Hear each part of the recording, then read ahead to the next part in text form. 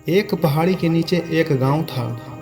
गांव के सारे जानवर हरी घास खाने के लिए सुबह उसी पहाड़ के ऊपर बसे जंगल में जाते और शाम होते होते घर वापस आ जाते थे। हर दिन की तरह एक गाय अन्य गायों के साथ उसी पहाड़ी जंगल में घास खाने के लिए गई थी। वह हरी घास खाने में इतनी ज़्यादा प्रसन्न थी कि वह कब एक शेर की गुफा के पास पहुंच गई उसे पता भी नहीं चला। शेर अपनी गुफा में सो रहा था और वह पिछले 2 दिनों से भूखा भी था। जैसे ही गाय शेर की गुफा के पास पहुंची, गाय की खुशबू से शेर की नींद खुल गई। वह शेर धीरे धीरे गुफा से बाहर आया और गुफा के बाहर गाय देखकर खुश हो गया। शेर ने मन ही मन सोचा कि आज उसकी 2 दिनों की भूख मिट जाएगी।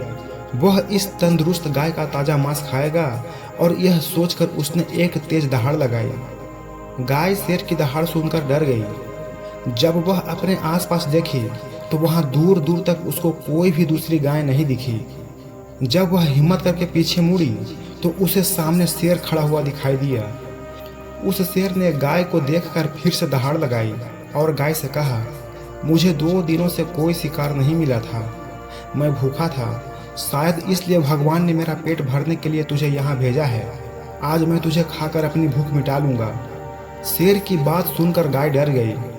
वह रोते हुए शेर से बोली, मुझे जाने दो, मुझे मत खाओ।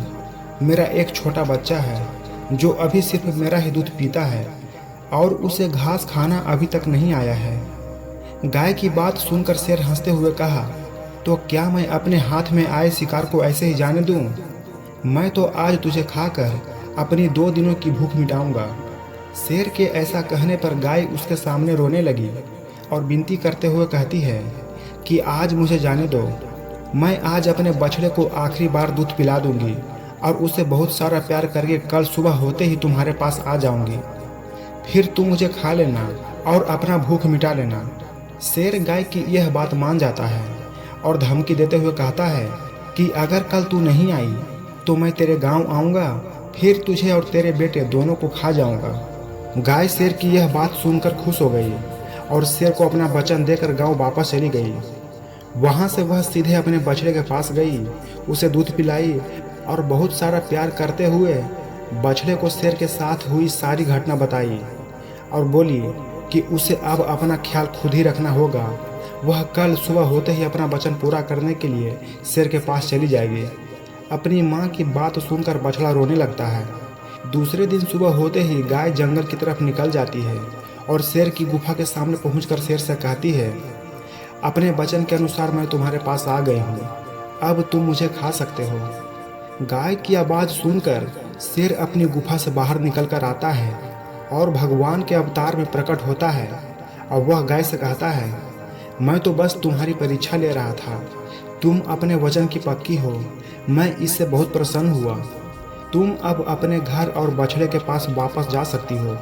इसके बाद वे उस गाय को गौ माता होने का वरदान भी देते हैं और उसी दिन के बाद से सभी गायों को गौ माता कहना शुरू कर देते हैं।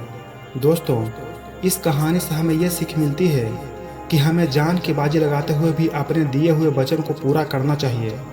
यही हमारे दृढ़ व्यक्तित्व को दर्शाता है।